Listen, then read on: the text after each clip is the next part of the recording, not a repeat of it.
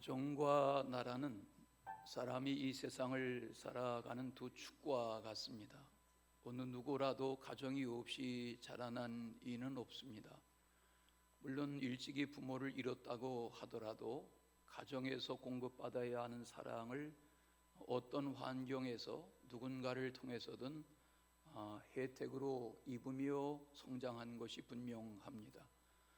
지금 21세기에도 소수 부족들, 세상에 문명을 거부하며 사는 소수 부족들의 이야기가 간혹 소개되고 합니다. 저들 나름대로 가정의 문화가 있고 또 수백 혹은 수천 명으로 구성된 저들만의 부족의 한 왕국과 같은 울타리 속에서 문명을 이어가며 살아가는 것을 볼 수 있습니다. 오늘 이 시편 127편은 표제어에 보시는 대로 솔로몬의 시입니다. 솔로몬의 몇 편 안 되는 시 중에 대표적인 시가 오늘 읽으신 시편 127편입니다. 그 문장이 대단히 아름답고 또 내용이 간결하고 무슨 말을 하려는지의 의미 전달이 확연한 그런 문장 구조로 되어 있는 한 폭의 그림을 대하는 것과 같습니다. 집이든 나라이든 하나님이 지키시고 하나님이 보호하시고 하나님이 도와주시고 하나님이 인도해 주셔야 한다 하는 신앙의 고백을 담고 있는 말씀이 오늘 내용의 앞부분을 차지합니다. 한 가정이 행복하기 위해서는 물론 가정의 구성원들이 각자 자기의 의무와 소임을 잘 감당하며 화목한 가정을 이루어가기 위해서 수고하고 노력해야지요. 그러나 더 큰 그림으로 보면 하나님의 도우심이 없이는 가정이 가정으로 세워질 수가 없습니다. 물론 집은 돈을 주면 지을 수 있고 아파트는 돈을 주면 살 수 있지만 가정이라는 것은 그 가정의 구성원들로 인해서 가족들로 인해서 이 세상의 삶을 나누어가는 공동체이기 때문에 그렇습니다. 1절에서 말씀하는 집이라고 하는 것은 가정을 말하죠. 또 성이라고 하는 것도 한 나라를 상징하는 것이죠. 솔로몬은 가정과 나라를 통해서 평안이 유지되고 안식이 있고 그 환경에서 자라나는 자녀들을 통해서 하나님의 내시는 든든한 하나님의 역사를 계승해 가야 한다 하는 표현을 하나님 중심으로 기록한 것을 대할 수 있습니다. 그렇지 않습니까? 누가 행복하고 싶지 않아서 불행하게 사는 것이 아니지요. 살다 보면 속상한 일도 생기고 뒤숭숭한 일도 일어나고 또 쉽게 극복할 수 없는 우울이나 낙담이나 마음의 근심이나 걱정이나 두려움 이런 것들이 우리의 삶을 엉겅귀처럼 가시덩굴처럼 엄습하기 때문에 헤쳐나오기 어려워 힘겹게 사는 이들이 세상에는 생각보다 적지 않습니다. 자식이라는 것도 그렇지 않습니까? 내가 원한다고 해서 아들, 딸을 낳아 키우는 게 아니죠. 나의 선택, 부모의 선택이 아니라 주어지는 거죠. 우리는 잉태하고 태어나고 또 자라나고 하는 과정에 물론 잉태한 어머니의 마음 자세나 영양 섭취나 이런 거 다 중요하겠지만 하나님이 한 가정에 아들, 딸, 오늘 성경은 자식이라 했는데 자식이 잉태되고 태어나고 자라나게 하는 그 모든 배후에는 하나님의 섭리가 계신 거지요. 우리가 어린이 주일을 지내고 또 어버이 주일을 지냈습니다. 세상에서는 스승의 날 이런 날들도 정해서 지내고는 합니다. 그러면 오늘 도대체 가정이라는 것이 무엇인가? 가정은 어떻게 영위되어 가야 하는 것인가 하는 표현을 솔로몬의 지혜의 시와 같은 분량에서 접하게 됩니다. 첫째는 세우시고 지키시는 여호와라 그런 표현을 말씀합니다. 집을 세우는 분, 또 성을 지키는 분, 이렇게 사람의 노력이나 수고에서만이 아니라 하나님이 그 한 가정을 세워 주셔야 하고 한 나라의 운명을 지켜 주셔야 한다 하는 고백 속에 오늘 말씀이 전개되는 걸 봅니다. 영어로 가족을 패밀리라 하는데 근거 있는 말인지 모르지만 그 머리 글자는 Father and Mother, I love you. 아버지, 엄마, 아빠, 엄마, 내가 어머니, 아버지를 사랑합니다. 이런 머리 글자의 단어를 연결한 글을 보아요. 물론 근거가 없는 말이라고 할지라도 그 해석은 재미가 있습니다. 의미가 있습니다. 건물로서의 집은 그러하지만 세상의 가정이라는 것은 사랑, 용서, 용납, 끝없는 돌봄, 또 참고 기다려주는 이런 일들이 모여져서 가정다운 가정이 되는 것을 부인할 수가 없습니다. 성경은 가정에 대한 이야기로 가득 차 있습니다. 그렇지 않습니까? 창세기의 시작이 무엇입니까? 하나님이 아담을 지으셔서 가정을 세우시려 했을 때 혼자 지내는 것이 외로워 보이셔서 돕는 배필을 지어주심으로 부부, 가정의 시작이 됐다.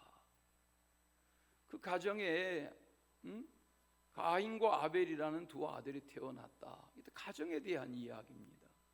그 성경을 읽다 보면 창세기 5장이 족보인데 누가 누구를 낳고 몇 년을 살고 누구를 낳고 이런 이야기가 족보의 내용으로 창세기 5장이 가득 찬데 그 족보의 내용이 무엇입니까? 가정이 있었다는 것입니다. 가정이 가정으로 이어졌다 하는 이야기가 계속됩니다.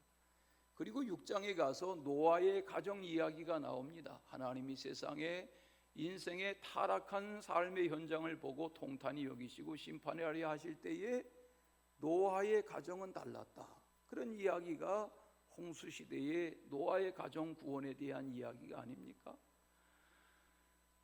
또 가령 창세기 12장부터 대하는 아브라함의 가정의 이야기도 마찬가지입니다. 아버지 때는 아니었는데 75세를 살던 아브라함에게 하나님이 찾아가셔서 자식이 없던 아브라함에게 언약을 말씀하시고 그 가정사와 인생사를 언약으로 이끌어 가셔서 아브라함의 가정과 이삭의 가정과 야곱의 가정이 이루어졌다.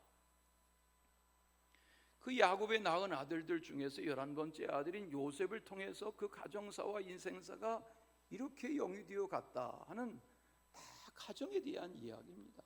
그런 눈으로 보면 구약 성경과 신약 시대의 예수님 시대를 비롯한 바울 시대를 비롯한 모든 성경의 시대의 그 장면에는 가정에 대한 이야기입니다. 둘로 나누면 하나님을 잘 섬기고 경외하며 산 가정의 이야기와 하나님의 말씀이 주어졌음에도 불구하고 한 민족 속에 하나님을 등돌리고 패역하게 살다가 심판받은 인생이나 가정의 이야기로 가득한 것을 봅니다. 성경에는 자랑스럽고 영광스러운 가정의 이야기도 있고 또 성경에 이런 이야기가 다 기록되나 할 정도로 수치스럽고 부끄러운 이야기도 있습니다. 가령 아브라함이 나이 100세에 하나님의 언약을 따라서 아내를 통해 이삭을 낳은 이야기는 사람의 이야기가 아닙니다. 물론 아브라함이 하나님의 언약을 기다리다 지쳐서 하가를 통해서 이스마엘을 낳은 일들이 있지만 그런 일들은 하나님의 영광을 가리운 일이고 다시 마음을 다잡고 하나님의 때를 기다리며 하나님의 하시려는 일을 기다리던 중에 연세 많아가던 아브라함이 100세에 90세 된 아내를 통해서 언약의 아들 이삭을 낳고 그 이삭을 장성시켜가는 이야기는 영광스러운 이야기입니다.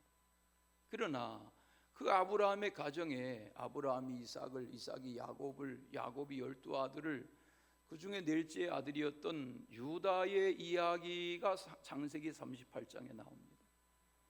유다는 첫째 아들, 둘째 아들 장가 보냈으나 다 죽고 형사 취수죄로 큰 며느리가 둘째 아들을 통해서도 후손을 보려 했지만 보지 못하고 친정으로 보내고 셋째 아들은 워낙 어리고 그런 세월을 지내던 중에 유다의 부인이 세상을 떠나고 목축이 주업이니까 양의 털을 깎으러 먼 길을 가던 유다가, 나이 들어가던 유다가 어찐 생각인지 길거리에 몸을 파는 여인에게 잠자리를 같이 해서 자녀를 낳았는데 두 아들이 쌍둥이로 태어나고 그렇게 태어난 아들이 베레스라는 아들이고 세라라는 아들이다. 이런 이야기가 성경에 꽉 차 있습니다. 그러면 유다가, 물론 그 며느리 다말의 처세에도 문제가 있지만 유다가 며느리 다말을 통해서 쌍둥이 아들을 낳았다고 하는 내용이 마태복음 1장에 보면 그 족보에 기록되어 있습니다. 예수님의 족보에. 우리는 가정 혹은 나라 또 집 혹은 성이라고 표현하는 이 솔로몬의 고백 속에서 하나님의 지키심과 하나님의 인도하심과 하나님의 세우시고 도우시는 은총이 아니면 죄악된 인생사가 이 세상을 이어갈 수 없다 하는 교훈을 말씀 속에 깨닫게 됩니다. 그 유다가 며느리를 통해서 잉태한 쌍둥이 아들, 첫 아들이 태어나려 하는데 붉은 줄을 메었는데 다시 들어가고, 먼저 태어났어야 한 아들이 들어가고 다른 쌍둥이가 밀치고 나오면서 그 아들의 이름을 터뜨리고 나왔다. 그래서 터치고 나왔다는 뜻으로 베레스라고 이름했다. 그리해서 베레스와 먼저 나오려다가 나중 나온 붉은 줄을 손에 메고 나온 아들 세라, 이렇게 쌍둥이 아들에 대한 이야기가 아브라함의 후손의 족보에 예수님의 거슬러 올라가는 족보에 나오는 걸 봅니다. 이처럼 한 가정의 구성원은 그 가족들이 죄와 악이 가득한 세상을 살아가면서 순간순간 가정을 세우는 분은 하나님이시오, 가정을 지키는 분은 하나님이시오, 이런 의식을 가지고 살아가는 것이 믿음으로 살아가는 가정의 모습이 아니겠습니까? 그러므로 믿음의 사람들은 가족을 위한 기도, 또 가정을 위한 기도는 언제 하여도 얼마나 하여도 부족함이 없는 거지요. 하나님은 가정을 통해서 하나님의 역사를 이루어 가시기 때문에 그렇습니다. 우리가 하나님을 선한 목자로 고백하는 다윗의 시편, 여호와는 선한 목자시니라고 시작하고, 그가 푸른 초장으로 나를 인도하시고 잔잔한 시냇가로 인도하시고, 또 사망의 음침한 길을 다닐 때에도 지팡이와 막대기로 나를 보호하시고, 오히려 원수 앞에서 기름진 상을 차려 먹게 하시는 하나님의 상급까지를 말씀하는, 영원히 하나님의 집에 거하기 원하는 시편 기자의 고백, 다윗의 고백은 하나님의 세우시는 은총, 하나님이 지키시고 인도하시는 보호에 대한 고백인 것이 분명합니다. 이런 이야기를 나누다 보면 하나님을 믿지 않는 사람들은 매사에 하나님 운운하며 사는 우리 성도들의 신앙생활의 모습을 이해하려 하지 않습니다. 오히려 비웃습니다. 핀잔합니다. 어떻게 너희들은 밤낮 하나님 하며 사느냐, 인생이 걷어붙이고 공부하고 노력하고 장사하고 사업하고 직장생활하고 자식 낳고 내 집 마련하고 다 이렇게 사는 거지, 무슨 보이지도 않는 하나님 운운하며 사냐 하고 기독교인들의 신앙의 모습을 비웃는 경우가 흔합니다. 그런데 하나님을 믿는 우리는 어떻습니까? 하나님의 실제와 하나님의 영원한 하나님의 임재를 아는, 믿는 우리는 어떻습니까? 가정이라는 것이 하나님의 보호 속에 이루어져야 한다는 하나님 중심의 가정관, 한 나라가 나라답게 유지되는 배후에도 하나님의 인도하심과 보호하심이 있어야 한다는 그런 성경에 근거한 그런 역사관, 그런 국가관, 이걸 우리가 말하지만 세상 사람들은 그런 식의 우리의 사고를 받아들여 주지 않습니다. 그러면 하나님을 믿는 믿음의 가정은 어떻게 살아가야 하는 것입니까? 어떻게 세워지는 것입니까? 어떻게 지켜져 가야 하는 것입니까? 신앙생활에는 나의 몫이 있고 하나님의 역할이 있지요. 가령 예수님이 산상수훈에서 가르쳐주신 말씀으로 말하면 그런즉 너희는 먼저 그의 나라와 그의 의를 구하라. 이건 우리의 몫입니다. 나의 몫입니다. 먼저 해야 할 나의 몫이 무엇입니까? 하나님의 나라를 구하고 하나님의 의를 구하는 삶의 태도를 가지고 살아가라. 그렇게 하면 그런 인생들을 향한 하나님의 몫은 무엇입니까? 그리하면 내가 이의 모든 것을 더할 것이다. 우리가 아는 이 마태복음 6장에 나오는 이 유명한 주님의 말씀을 기억하는데, 주님이 이 말씀을 왜 마태복음 6장 33절에서 왜 하셨을까?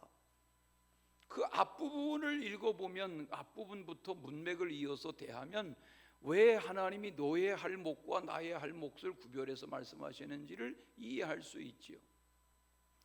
주님의 말씀은 무엇입니까? 염려하지 말아라. 그리고 하신 말씀이 공중 나는 새를 보아라. 새들이 창고를 지어놓고 쌓아놓고 먹는 거 봤느냐? 들에 핀 백합화를 보아라. 들에 핀 백합화가 길쌈에서 옷을 지어 입는 거 봤느냐? 들에 핀 계절에 피었다가 지는 들꽃이나 백합화 한 송이도 솔로몬의 영광보다 낫다. 이 말씀을 하시면서 그러므로 너희는 아무것도 염려하면 안 된다. 뭘 먹어야 할지, 뭘 마셔야 할지, 어떻게 살아야 할지를 염려하지 말아라. 그건 이방 사람들, 하나님 믿지 않는 이방 사람들이 염려하는 것이고, 하느님 아버지께서는, 하늘 아버지께서는 너희들의 이런 모든 일상의 필요를 아신다. 하나님이 공급자라는 거죠. 어떻습니까? 요즘 새 정부의 장차관 임명이 계속됩니다. 청문회도 계속됩니다. 집권당이 바뀌었지만 장차관 후보, 국무총리로부터 장차관 후보의 국회 청문회 과정을 보면 털어서 먼지 나는 후보가 한 사람도 없습니다. 집권당만 바뀌었을 뿐 다 그 사람이 그 사람입니다. 다 명문대학 나왔고 경력이 화려하고 기라성 같은 내가 국가의 이 분야에 이 일을 맡아야 한다고 고사하지 않고 나를 등용해 주세요라고 줄 서는 그런 유명 인사들의 삶을 들여다보면 이전 정부나 현 정부나 저들을 들여다보는 몇 가지 원칙이 있죠. 문제 없는 사람이 한 사람도 없습니다. 뭘 말합니까? 인간이 그렇습니다. 인생은 다 부족하고 다 악하고 다 죄되고 다 함량미달이고 털면 먼지 안 날 사람이 우리의 속담처럼 한 사람도 없습니다. 다 그렇습니다. 겉으로만 아닌 것 같습니다. 인간은 불의합니다. 이건 개인이든 가정이든 한 나라의 제도나 조직이든 마찬가지입니다.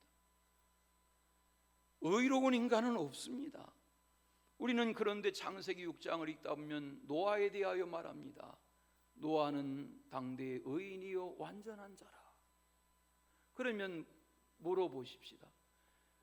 어떻게 노아가 의인일 수 있습니까? 어떻게 노아를 성경이 당대의 완전한 자라고 말합니까? 노아는 의인이 아닙니다. 그런데 왜 성경은 노아를 의인이라고 말합니까? 세상 사람들이 다 하나님을 거역하고 살려 할 때에 노아는 하나님을 의지하고 살려는 마음가짐이 있었습니다. 믿음이 있었습니다. 하나님은 하나님을 의지하고 살려 하는 그 노아를 의롭게 보신 것입니다. 의롭다고 여기신 것입니다. 완전한 자라고 여겨주신 것입니다. 여러분, 우리는 의롭지도 않고 완전하지도 않습니다. 부족함이 많습니다. 허물투성입니다. 그러나 성경은 왜 노아에게 그렇게 말하고 오늘 우리의 시대의 의의를 교훈하시는 것입니까? 그렇게 살아가는 가정으로 하나님은 세우시기를 원하고 그런 가정으로 지켜주시기를 원하시기 때문인 줄로 믿습니다. 자, 그러면 하나님이 세우시고 하나님이 지키시는 가정은 어떤 가정이어야 하나 하는 거지요. 날마다 일마다 때마다 하나님을 의식하고 하나님을 의지하고 하나님 없이는 살 수 없는 것 같은 마음의 자세를 가지고 세상을 사는 가정 구성원, 그게 하나님의 지키시는 가정이고 하나님의 세움을 의지하는 가정인 거죠. 우리 6월이 다 가기 전에 도대체 내가 살고 있는 가정이 어떠하여야 하나 하는 질문을 가지고 하나님의 도우심을 겸허하게 구하는 그런 가정 되시기를 축원합니다. 두 번째는 잠을 주시는 여호와라 그랬어요. 오늘 말씀에 보면 잠을 주신다. 여러분 좋아하시는 성경 구절 나오죠. 예? 하나님은 사랑하시는 자에게 잠을 주신다 그랬어요.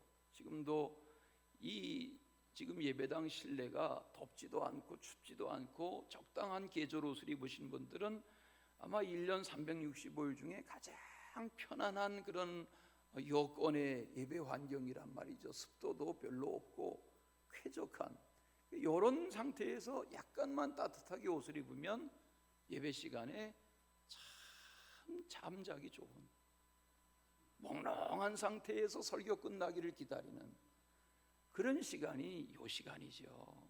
근데 주님은 말씀하세요. 잠을 주시는데 누구에게 주시냐? 사랑하는 자에게 주신다.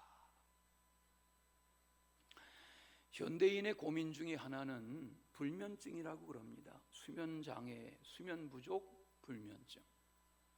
불면증, 잠이 안 온다. 불면증 이야기하면 아마 젊은 분들이 계시니까 우리 중에 많은 분들은 참 배부른 소리 하네 그러실 겁니다. 왜? 밤늦게 파김치가 돼서 퇴근하고 잠깐 몇 시간 자고 또 씻고 나가고 이렇게 날마다 개미 쳇바퀴 돌듯 잠에 밀리고 잠에 쫓기고 항상 피곤에 쩔어서 과로한 상태로 잠 좀 씻고 잡았으면 소원이 없겠다 하는 그런 이들에게 있어서는 잠이 안 온다는 말을 누가 하면 참 배부른 얘기한다 할 수 있겠죠. 그러나 통계적으로는 불면증이나 수면장애로 밤이 너무 길고 잠을 제대로 취하지 못해서 어려움을 겪는 이들이 우리 속에도 있고 통계적으로는 너무 많습니다. 그런데 주님은 뭐라고 말씀하세요? 사랑하는 자에게 잠을 주신다고 말합니다. 그러면 잠이 뭘까요? 여러분, 우리가 하루에 3분의 1, 인생의 3분의 1 이상을 잠을 자는데 잠이 뭘까요? 왜 성경은 잠이라는 표현을 사랑하는 자가 누리는 몫으로 말씀하실까요? 잠이라는 것은 평안과 안식이죠. 이 어려운 세상 중에서 순간순간마다 누리는 평안과 삶의 안식을 하나님이 사랑하는 자에게 선물로 누리게 하신다 하는 말씀인 거지요. 학술적으로는 한 아기가 태어나면, 이게 다 관찰한 통계겠죠. 한 아기가 태어나면 한 살이 될 때까지는 1년, 한 돌이 될 때까지는 평균 건강한 아기는 자라나는 그 1년 동안 하루에 16시간 이상을 잔답니다. 먹고 싸고 자고 먹고 싸고 자고. 그런데 그렇게 계속 먹고 싸고 자는 1년 동안에 이 아기가 쑥 자랍니다. 그 잠자는 시간이 절대 허비하는 시간이 아닙니다. 그걸 쭉 정리한 글에 보니까 그렇게 시작해서 그 후에 2-3살 동안에는 하루에 11시간 내지 14시간, 또 16살에서 18살, 이게 중고등학교 시절이죠. 요 기간에는 하루에 8시간 내지 10시간을 자야 된다는데, 우리의 경우에는 우리나라에서 자라나는 청소년 중고등학생들이 하루에 8시간 10시간을 자고 원하는 대학 가는 거는 불가능하겠죠. 가장 잠을 숙면하며 성장해야 하는 10대 시절에 잠을 다 빼앗기고 투쟁을 하죠. 그러니까 정상적인 인격으로 자라나질 못하는 겁니다. 화가 많고 사고치고. 그 후에 이제 18살부터로 통계하는데 18살부터 이제 성인이 되어가죠. 그렇게 해서 60살까지는 평균 7, 8, 9시간을 자는 것이 정상입니다. 60살이 넘으면 잠자는 것을 포기해야 됩니다. 60이 넘으면 70, 80, 90 그리고 하나님 앞에 가기까지는 다 하룻밤을 자기 위해서 몇 번을 깨야 하는 불면 상태, 수면 장애 상태가 다 찾아오는데, 그건 의학적으로는 멜라토닌 호르몬의 생산량이 줄어들기 때문에 그럴 수밖에 없다. 그건 난 젊었는데도 불면증이 있는데요, 의사 선생님을 찾아가 보셔야죠. 나는 예배 시간만 되면 졸린데요, 그건 저에게 오셔야죠.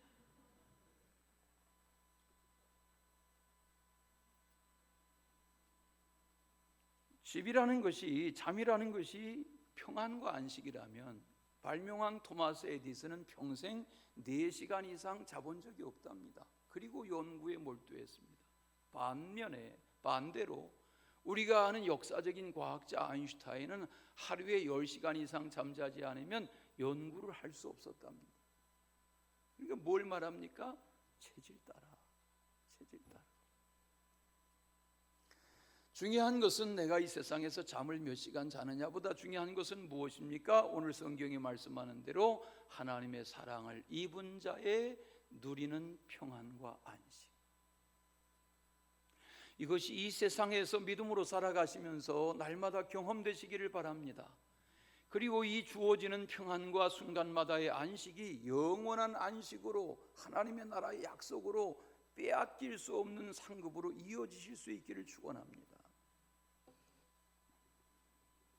지난주에 무슨 책을 읽다 보니까 조선시대 27명의 왕들의 평균 나이에 대한 기록과 함께 어느 왕이 무슨 병을 앓다가 죽었다, 몇 살에 죽었다, 그런 기록이 쭉 정리된 글을 보았습니다. 병이 없이 세상을 살다가 떠난 왕은 영조, 장수한, 80대 장수한 한 사람뿐이고, 다 60대, 70대, 50대, 40대, 30대, 20대 이렇게 조선시대 왕들의 평균 수명이 짧았습니다. 최고의 음식, 그 계절에 팔도에서 나는 산의 진미를 최고의 음식으로 끼니마다 대접하고, 여러 명의 국가적인 시대의 명의가, 어의가 왕을 진맥하고 왕을 보신하고 하지만 왕들이 장수하지 못했습니다. 조선시대의 임금의 평균 나이가 46살입니다. 27명 중에 11명의 왕은 40을 넘기지 못했습니다. 무슨 말입니까? 세상의 인생은 영원하지 않습니다. 권력으로도 영원하지 않고 재물로도 영원하지 않습니다. 어차피 이 세상 인생의 나그네 길은 다 그렇게 가는 겁니다. 사람이 하루를 살면서 하룻밤을 편안하게 잘 수 있다. 어젯밤에 편안하게 주무시고 예배 오셨습니까? 하룻밤을 별 큰 고민이나 어려움 없이 하룻밤을 자고 하루를 시작했다. 이건 한 인생으로 놓고 보면 굉장한 날입니다. 왜냐하면 이 시대에 얼마나 많은 가정들이, 우리가 코로나 이야기하지만 며칠 전 미국은 코로나로 사망한 수가 100만 명이 넘었다. 그래서 국가적으로 그들의 수를 추모하고 또 대통령이 나서서 표현하기를, 이 나라의 지난 코로나19를 겪는 동안에 100만 가정의 식탁에 사랑하는 가족이 자리를 비웠습니다. 이렇게 표현하는 걸 봅니다. 사람이 한 주간을 살면서, 하루를 살면서, 새날을 맞이하면서 몸과 마음에 큰 걱정이나 염려나 고통이 없이 하루를 평안하게 잠자리에 눕고 아침을 맞이할 수 있다. 이건 우리의 한 생을 살아가는 중에 그날 주시는 놀라운 은혜입니다. 그래서 예수님도 가르쳐 주셨죠. 이렇게 기도하라고. 그 중에 하나가 무엇입니까? 오늘날 우리에게 일용할 양식을 주옵시고. 그 오늘날이라는 게 뭐예요? 오늘이라는 이 하루 나에게 양식이 주어진다는 건 뭐예요? 양식이 주어진다는 건 소득이 있는 거고, 양식이 주어진다는 것은 수고할 만한 체력도 있는 거고, 양식이 주어진다는 것은 세상에 나가 활동할 만한 사회성도 있는 거고, 양식이 주어져서 하루를 먹고 산다는 것은 그만한 건강과 체력도 유지되는 것이기 때문에 그 한마디의 기도 속에는 통체적인 하나님의 복이 담겨 있는 겁니다.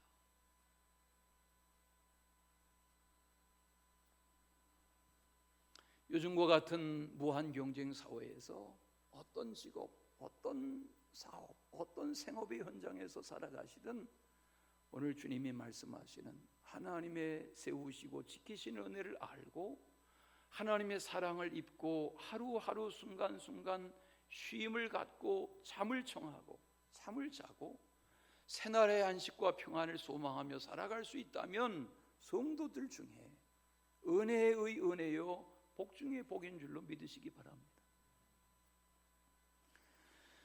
생각해 보십시오. 우리 이건희 회장 돌아가신 지 이태가 됐는데 이건희 회장이 지난 2020년 돌아가시기 전까지 만 6년을 2014년 그때가 72세셨던데 지난 2014년에 한남동의 자택에서 호흡곤란과 심장 이상으로 갑자기 여기 강북 성심 상성병원에 급후송돼서 수술을 받았지만 그 후 6년 동안 사회생활하지 못하고 병원에서 6년을 연명하다가 눈을 감았습니다. 무슨 얘기입니까? 여러분, 하루 평안하게 내가 잠을 자며 하루의 일과를 시작한다. 우리가 거국적인 인사가 아닐지라도 하나님의 은혜 가운데 사는 놀라운 복입니다. 천하를 호령하던 알렉산더 33살에 마릴린 mon로 다이애나 36살에 이소룡 32살에 엘비스 프레슬리 42살에 진시황 49살에 나폴레옹 52살에 존 F 케네디 46살에 세상을 떠났습니다.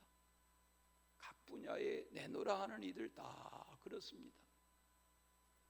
이 세상에서 참 안식과 평안을 누리며 영원한 안식 하나님의 나라를 믿음으로 소망하며 살 줄 아는 하나님의 백성이 되었다. 놀라운 은혜입니다.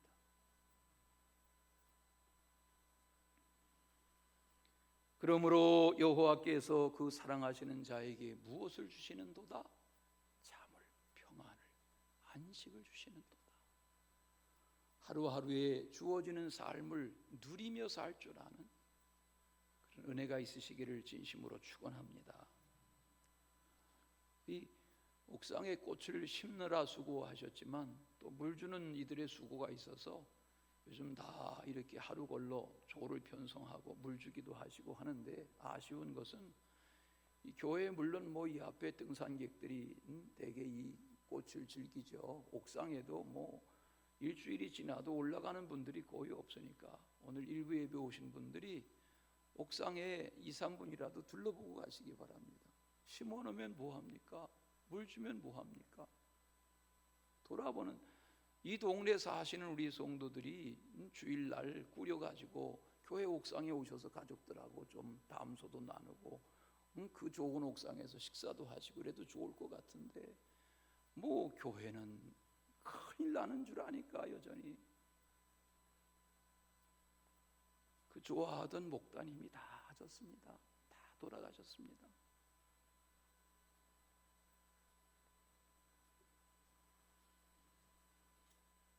역사적인 불면의 밤이 있지요.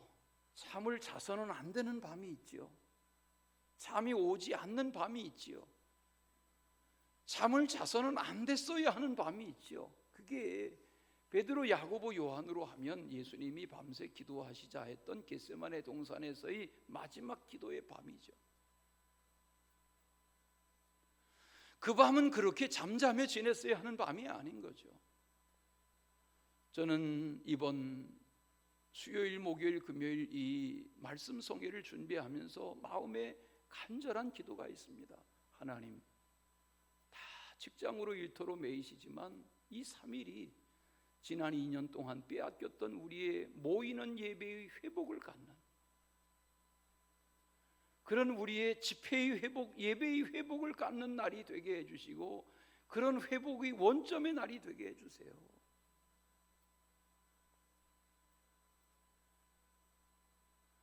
물론 8시까지 직장에 매이고 사업 도전에 매이는 분들이 계시겠죠. 주중에 일과라는 게 뭐 어떤 때 보면 밤 12시에도 시내가 꽉꽉 막히니까.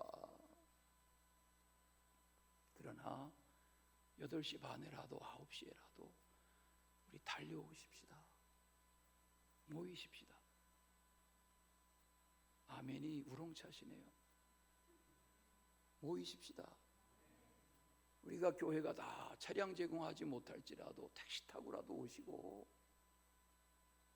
우리의 빼앗겼던 예배의 날들을 회복하는 그런 대동단결의 예배의 회복을 갖는, 찬양과 말씀과 예배의 회복을 갖는 새로운 출발이 되기를 소원합니다.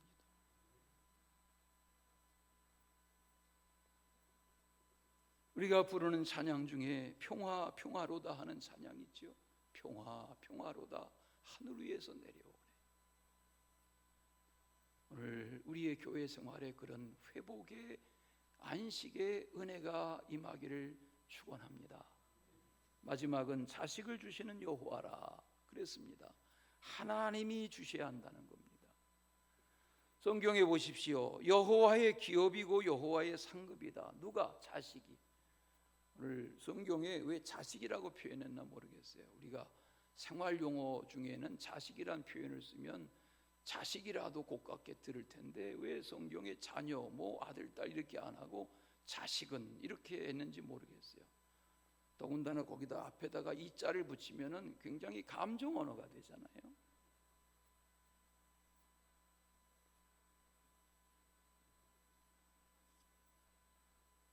하나님의 아들이신 예수님도 여호와의 주신 기업으로 여호와의 상급으로 그 변방의 시골 마을에 마리아의 태를 통해서 태어났습니다. 남편 될 요셉의 보호 속에서 애굽으로 피신합니다. 헤롯의 칼을 피합니다. 나사렛에 들어와서 성장기를 보냅니다. 그 예수님은 누구입니까? 마리아에게 있어서 여호와의 주신 기업입니다. 하나님이 내신 태의 열매입니다. 이것이 자식이라는 거죠. 그런데 오늘 이 솔로몬의 시편은 어떤 자녀를 노래하는 어떤 표현의 시편과 비교할 수 없는 탁월한 시편이죠. 빼어난 시편이죠. 표현을 보십시오. 젊은 자의 자식은 장사의 수중의 화살 같다. 놀랍지 않습니까? 여러분, 이런 표현이 어디서 볼 수 있습니까? 어느 나라의 어느 시인이 이런 표현을 표현합니까? 자식이 뭐냐? 장사의 수중에 있는 화살과 같다. 놀라운 표현이 아닙니까? 그런데 그 다음 절을 읽다 보면 그 표현이 더 놀랍습니다. 그 자식이 그 화살통에 가득한 자는 복되다. 그 무자식이 상팔자라는 말은 그냥 하는 말이고, 자식이라는 것이 원해서 얻는 것이 아니고 하나님의 내신 선물이라면 이 자식이 장사의 유능한 전쟁의 용사의 화살과 같은 것이다. 화살로 싸우던 당시에, 활을 쏘아 싸우던 전쟁 당시에 화살통에 화살이 꽉 찬 용사와 같은 것이다. 이렇게 표현하고 있습니다. 저는 이 말씀을 묵상하고 정리하면서 기도합니다. 하나님, 우리 교회의 다음 세대가, 우리 아들, 딸 다음 세대들이 이런 세대들로 자라나게 해주세요. 그렇지 않습니까?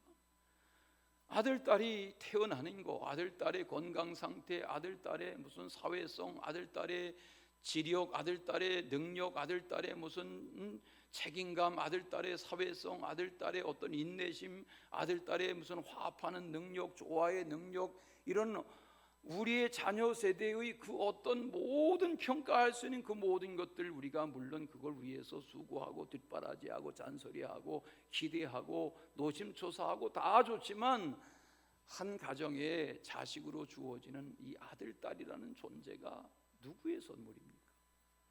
하나님의 선물입니다.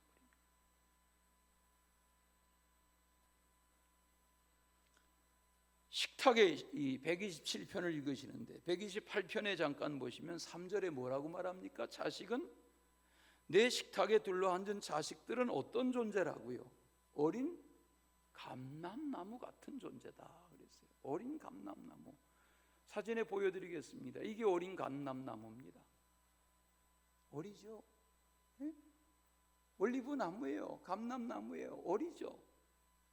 그러면 이 어린 감람나무 같은 자식이 커서 나중에는 어떤 감람나무가 됩니까? 또 보여주십시오. 예수님이 밤새 기도하셨다는 겟세마네 동산 곁에 기념교회로 지은 예배당 옆에 가면 저 감람나무가 있습니다.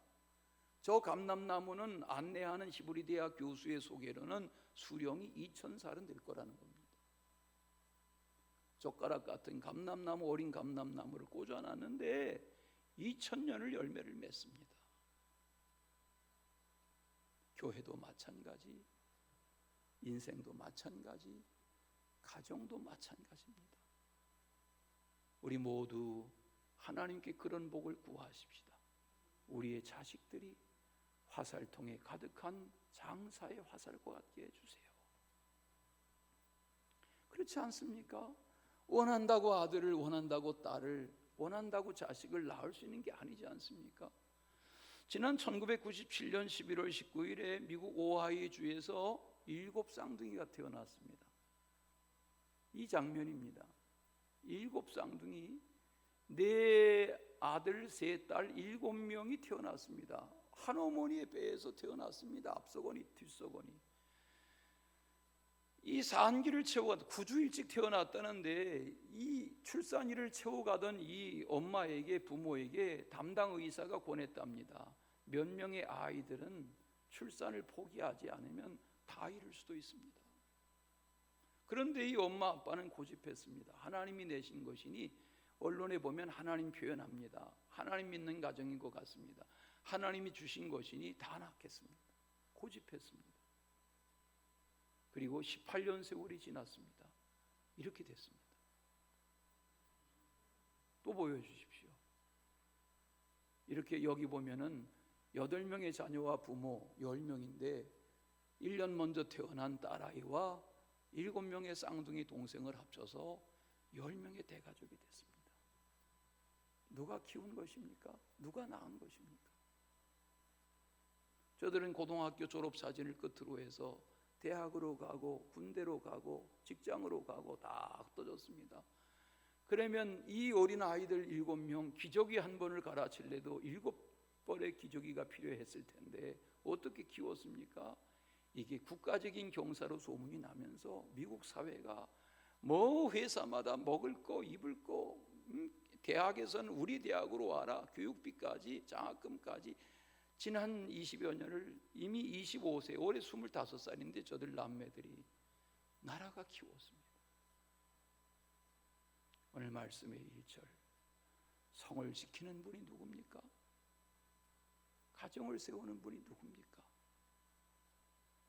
지금 어떤 형편 속에 살아가실지라도 하나님의 인도하심을 믿고 소망 중에 살아가는 은혜가 함께 하시기를 축원합니다. 성경은 말합니다. 그들이 성문에서 원수와 담판할 때 수치를 당하지 않는다. 여기 성문에서 담판한다는 말은 오늘날로 말하면 국가적인 의사결정을 하고 나라의 의사결정을 하는 그런 어떤 자리를 말합니다. 그런 자리에 나서서 원수를 만날지라도 든든한 자식들이 세워진 가정과 나라는 두려울 것이 없다. 하나님의 인도하심이 늘 함께 하시기를 축원합니다.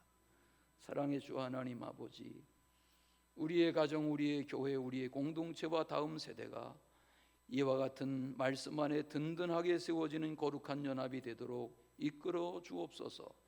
예수 그리스도 이름으로 기도하옵나이다. 아멘.